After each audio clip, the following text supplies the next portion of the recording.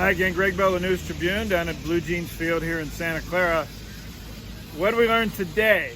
Well, we learned why Russell Wilson has never lost 3 games in a row in a season before in his 10 years in the NFL. 7-7 game, third quarter. Wilson outruns San Francisco's defense on was a design pass play. Sprint 16 yards left around Nick Bosa, around everybody. Dwayne Brown took Bosa inside when he saw Wilson scrambling. Wilson scrambled around him. Touchdown, 14-7. Seattle has its first lead of the game. Ensuing kickoff, 49ers kickoff guy, a running back they had just signed this past week because they had running back injury issues. 4 of their top 5 guys were hurt. He muffs the kickoff, gets up from recovering it, then fumbles it again. John Radigan recovered the fumble. West Point grad, biggest play of a West Point graduate in Seahawks history. Go Army, beat Navy.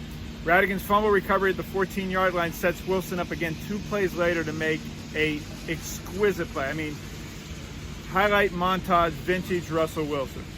Free blitzer on the left side, Dante Johnson for San Francisco. Unblocked, unmarked, uncovered, unaccounted for. It's going to be a sack. Wilson ducks Johnson, and then Nick Bosa is standing next to him. He avoids Bosa while Johnson still was grabbing at his ankles. We saw Freddie Swain cutting to the pylon on an improv route. Credit Swain for wide receiver breaking off his route and running to the pylon back towards quarterback, but by now, Seahawks receivers are pretty used and well-versed at doing that. Wilson throws an absolute dart at the right pylon. 3 49ers were in coverage on Swain when that ball arrived, that it bounced all of them and into Swain's hands. Swain had no choice but to catch that pass. It was thrown so hard it stuck to him.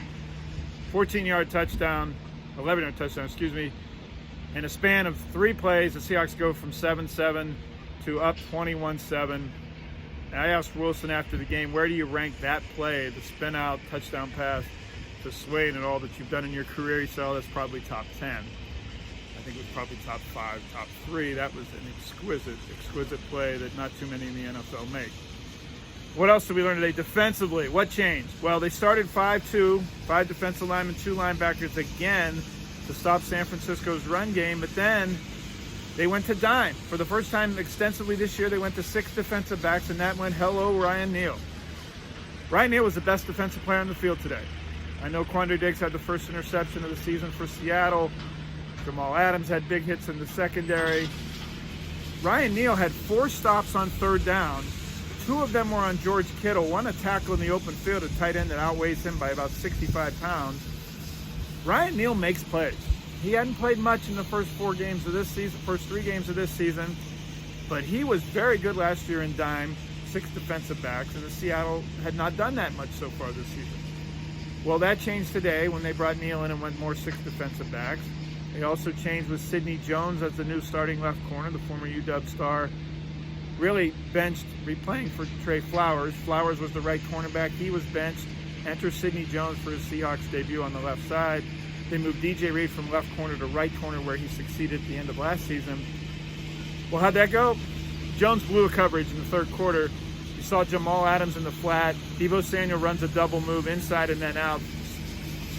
Adams covers Samuel on the inside, a short route, then releases the coverage behind him to the sidelines, thinking that Sidney Jones was out there. That was his responsibility. Jones, though, followed Brandon Ayuk on a deep in route where 2 others, including Marquise Blair, who was filling in for a partially injured Diggs. 3 Seahawks were covering 1 inside route with Ayuk. Nobody was covering Samuel down the left sideline Jones was supposed to be on. Touchdown, 72 yards. That briefly got San Francisco back in the game, 21-13. After the game, we asked Diggs, was that Sidney Jones' responsibility? He says, what do you think, I'm a snitch? But Jones said that he has some improvement to do, that he missed some assignments. He knew that was his play. But Pete Carroll after the game said that was an easy assignment, and that is why it was taking a while to get Sidney Jones acclimated to the defense and in there, that it's a process. And Carroll said, you're going to be writing about this all year at cornerback, all season, as it's a process. Sounding like they're not totally settled yet. They still have Bless Austin, the cornerback, the former starter from the New York Jets. They got September 7th. They haven't even played him yet. But for now, it's going to be Sidney Jones on the left, DJ Reed on the right. It looks like Thursday night, the quick turnaround game against the Rams. Oh, by the way, the Rams playing. Adams said after the game, it's still our division. We still own the belt. And they do, the defending division champions. But until this team beats the Los Angeles Rams, starting on Thursday night in Seattle, until they beat the Rams, they haven't done anything this year. The Rams, a team that knocked them out of the playoffs at home, ruined their 12-4 division title season last year. They have to show that, especially defensively, that this defense can beat Sean McVay's offense, Matthew Stafford, the new quarterback for the Rams. Well, Arizona did today. They beat him like a drum in a 3-score victory down in LA. So the Cardinals are 4-0 in division. The 49ers and the Seahawks are 2-2. 3-1 Rams come to Seattle on Thursday night on a quick turnaround game. Russell Wilson's third quarter dramatic saved them from a 1-3 start. And that would have been a dark, dark time heading into the Rams game. So, the season somewhat U-turns here. A reminder of why Russell Wilson is so valuable, getting paid $140 million. Thanks for watching the NewsTribune.com, on Twitter @GBellSeattle. Take care.